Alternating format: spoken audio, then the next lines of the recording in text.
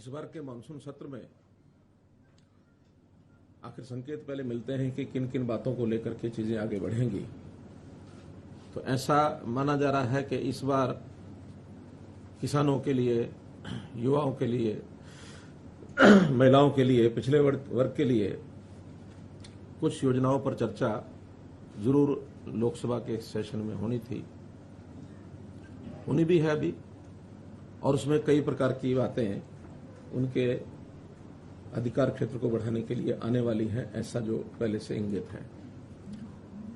लेकिन विरोधी पक्ष कांग्रेस का एक हमेशा एक टारगेट रहा है कि कभी भी देश में कोई अच्छी बात होने की संभावना हो तो उससे पहले कुछ ताकतों के साथ मिल करके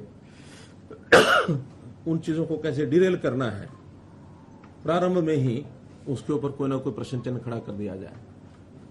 तो जिस प्रकार कल उन्होंने ये सब किया है कि एक कंपनी है पेगासस, जिसकी मदर कंपनी एनएसओ है, उनके माध्यम से जो जासूसी और फोन टेपिंग की बात चलाई गई है,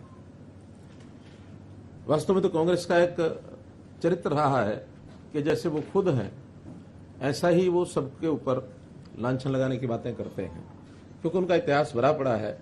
जब अपने यूपीए के कार्यकाल में ये सब वो करते रहे, न केवल विपक्षी दल के लोगों के साथ, बल्कि उनका तो अपना घर भी इन चीजों से भरा हुआ है कि अपने ही लोगों की फोन टेपिंग, अपने ही लोगों की जासूसी, ये सब वो कराते रहे हैं। उनको लगता है कि शायद सभी ऐसा करते होंगे, जबकि हमारी सरकार का किसी प्रकार का दूर दूर तक इसके साथ कोई लेना देना नहीं है। और उनके यहाँ का इतिहास तो ये है कि आपको ध्यान में होगा, एक बार उस समय के वित्त मंत्री प्रणब मुखर्जी ने, जो उस समय के गृह मंत्री थे पी चिदम्बरम, उनके खिलाफ कितना एक सीरियस, एक खतरनाक पत्र लिखा था कि गृह मंत्री वित्त मंत्री के फोन टेपिंग करा रहे हैं। कैसे चंद्रशेखर की सरकार को दो जासूसों की कहानी बनाकर कैसे गिरा दिया गया। कांग्रेस ने अपना समर्थन वापस ले लिया था। 9,000 लोगों की ऐसी एक लिस्ट है जो यूपीए के समय जिन लोगों की फोन टेपिंग होती रही, 9,000। तो ये इतिहास भरा पड़ा है उनका, क्योंकि उनको किसी पर भरोसा ही नहीं रहता है। लोकतांत्रिक तरीकों से चीजों को चलाने का उनका विश्वास नहीं है। लोकतंत्र की हत्या कैसे की जाती है, ये इमरजेंसी में हमने देखा है। ये भी उसी कांग्रेस के कारनामों की एक उदाहरण है। तो इसलिए जासूसी में उन्होंने अपने जो साथी उनके थे, चाहे वो सीताराम येचुरी वामपंथी नेता हैं, जयललिता हैं, चंद्रबाबू नायडू हैं, ममता बनर्जी हैं, उनके फोन टेपिंग ये उन्होंने कराई। इनकी शिकायतें रही हमेशा। जब न्यूक्लियर डील था उस समय अमर सिंह की फोन टेप कॉल्स ये इन्होंने कराई है। अमर सिंह ने खुलकर शिकायतें की कि मेरे फोन कॉल्स को टेप किया जा रहा है।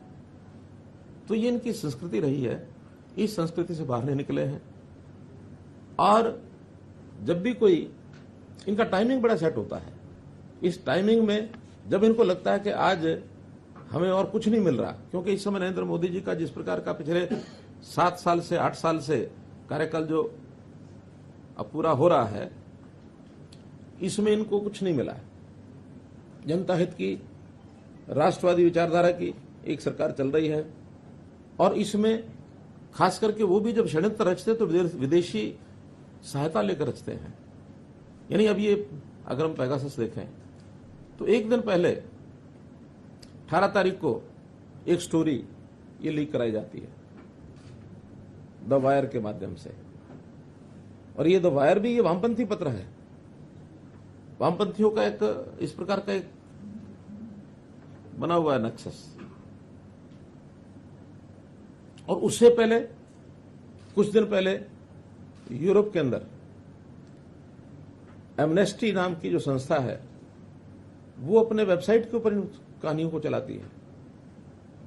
एमनेस्टी ने वहां से छापा, यहां वायर ने पकड़ लिया और वायर ने उठा करके ये विषय उड़ा दिया कि यहां तो पता नहीं कितने लोगों की सारी फोन टेपिंग हो रही है और उनके मंसूबे जो किए जा रहे हैं। तो तस्वीरें आपको दिखा रहे हैं जहां मुख्यमंत्री मनोहर लाल खट्टर ने पेगासस जासूसी मामले को लेकर प्रेस कॉन्फ्रेंस की, कांग्रेस पर निशाना साधा और जिस तरह से ये पूरा मामला गरमाया हुआ है देश भर में। कल मध्य प्रदेश के सीएम शिवराज सिंह चौहान ने भी इसको लेकर प्रेस कॉन्फ्रेंस की थी और